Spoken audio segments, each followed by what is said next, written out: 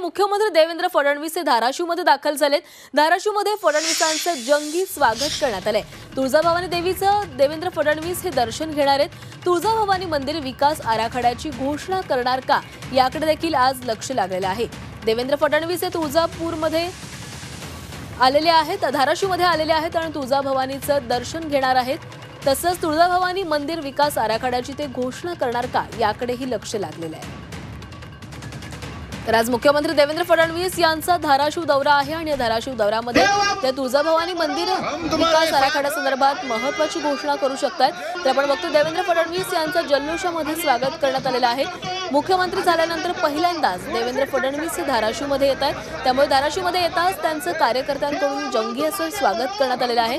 जेसीबीच्या सहाय्यानं त्यांना पुष्पहार देखील अर्पण देण्यात आलेला आहे।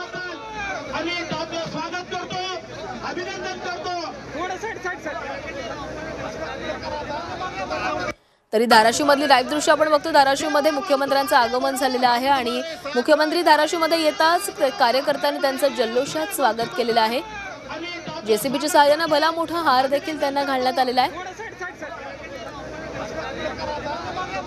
तर आता देवेंद्र फडणवीस तुळजाभवानी देवीचं दर्शन घेणार आहेत आणि त्यासोबतच तुळजाभवानी मंदिर विकास आराखड्यासंदर्भात देवेंद्र फडणवीस आज काही घोषणा करणार का याकडेही लक्ष लागलेलं आहे। एका बाजूला आपण दृश्य बघतोय तर देवेंद्र फडणवीस यांचं जंगी असं स्वागत झालेलं होतं, तर दुसऱ्या बाजूला ही दृश्य आहे ज्यावेळेस देवेंद्र फडणवीस हे मंदिर परिसरामध्ये आलेले आहेत। मंदिराच्या देवीच्या गाभाऱ्यापर्यंत ते जाणार आहेत आणि देवीचं दर्शन घेणार आहेत।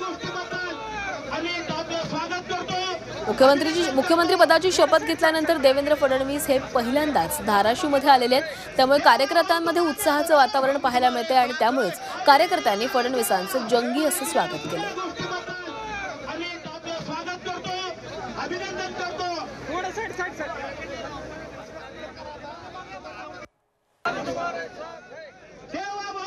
तर धाराशिवमध्ये मुख्यमंत्र्यांचं स्वागत झालेलं आहे। तुळजाभवानी देवीचं ते दर्शन घेणार आहेत, मंदिरामध्ये जाऊन ते दर्शन घेतील आणि त्यांच्या दौऱ्या निमित्तानं आज अनेक कार्यकर्ते या ठिकाणी एकवटलेले आहेत। धाराशिवमध्ये आपण भाजप कार्यकर्त्यांचा हा उत्साह बघतो।